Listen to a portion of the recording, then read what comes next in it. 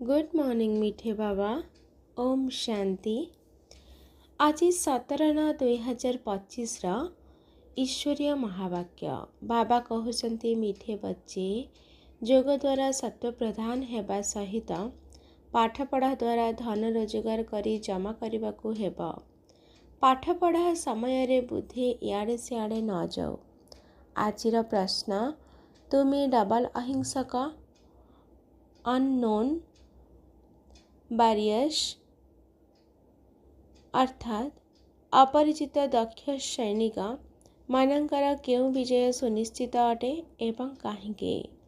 आजिर उत्तर, तुम्हें माने माया उपरे विजय प्राप्त करने जो पुरुषार्थ करुछ, तुमर लक्ष्य रही जे आमे रावण ठारू निजर राज्य निश्चित नेबु। एहा मध्य ड्रामा रे जुक्ति रचना करा जाइछि तुमर विजय सुनिश्चित। काहेकिना तुम सहित साक्षात परमपिता परमात्मा अछंती। तुम्हें जोग बल द्वारा विजय प्राप्त करुछ। मनमना भावर महामंत्र द्वारा तुमको राजत्व मिलुछि। तुम्हें माने अधा कल्प पर्यंत राजत्व करिब। आजिर गीत मुखड़ा देखले प्राणी। ओम शांति। धारणा पाई मुख्य सारा 1 नंबर, वर्तमान तुमको संपूर्ण मर्जीवा हेबाकु पड़िबो। भल भावरे पाठ पढ़िबा सहित निजर चार्ट अथवा चालीचलनर रेजिस्टर रखिबाकु हेबो। जोगयुक्त रही निजर कर्मातीत अवस्था तैयारी करिबाकु पड़िबो। अंतिम विनाश दृश्य देखिबा पाई साहसी हेबाकु पड़िबो। मु एक आत्मा। एही अभ्यास द्वारा शरीरर स्मृति को समाप्त करने हेब। आजिर वरदान, देहभान अर्थात दैहिक स्मृतिर त्याग करी निक्रोधी हेउथिबा निर्माण चित आत्मा भाव। विस्तार, जो पिलामाने दैहिक स्मृतिर त्याग करदे थांती सेमानंको केबे हेले क्रोध आसीपारिब नाही। काहेकिना क्रोध आसीबार मुख्यतः दुईटी कारण रहिछि। गोटिए हेला जेतेबेले केही मिछ कथा कही थाए। द्वितीय हेला जेतेबेले केही तुमर ग्लानि करि थांते। ए दुईटी कथा ही क्रोध को जन्म दे थाए।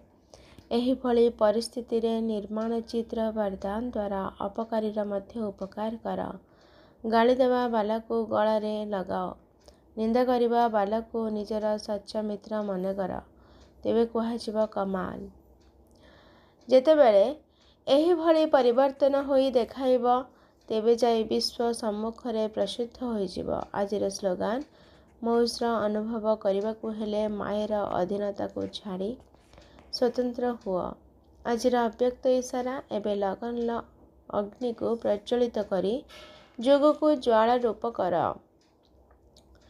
एबे ज्वालामुखी होई आसुरी संस्कार आसुरी स्वभाव सबु किछि भस्म कर। जेपरी देवी मानकर स्मृति देखाई थांती जल द्वारा असुर मानकर संहार करिसंती, तेबे असुर कौनसी व्यक्ति नुहंती किंतु सेमाने आसुरी शक्ति गुड़ी को समाप्त कर देइछंती। ए सब हेला तुम मानकर वर्तमान समयर ज्वाला स्वरूप स्थितिर स्मारकी। तेणु एबे एभली जोगर ज्वाला प्रज्वलित कर जोंथिरे एही भली कलिजुगी संसार जली पोड़ी भस्म होइजिब। आजिर याद प्यार, मिठे मिठे शिकिलाधी संतान मानक प्रति माता पिता बाप दादांकर मधुर स्नेह संपन्न शुभेच्छा एवं सुप्रभात। आत्मिक पितांकर आत्मिक संतान मानक नमस्ते। आत्मिक संतानकर आत्मिक माता पिता बाप दादांको याद प्यार नमस्ते नमस्ते नमस्ते। शुक्रिया बाबा शुक्रिया। अच्छा, ओम शांति।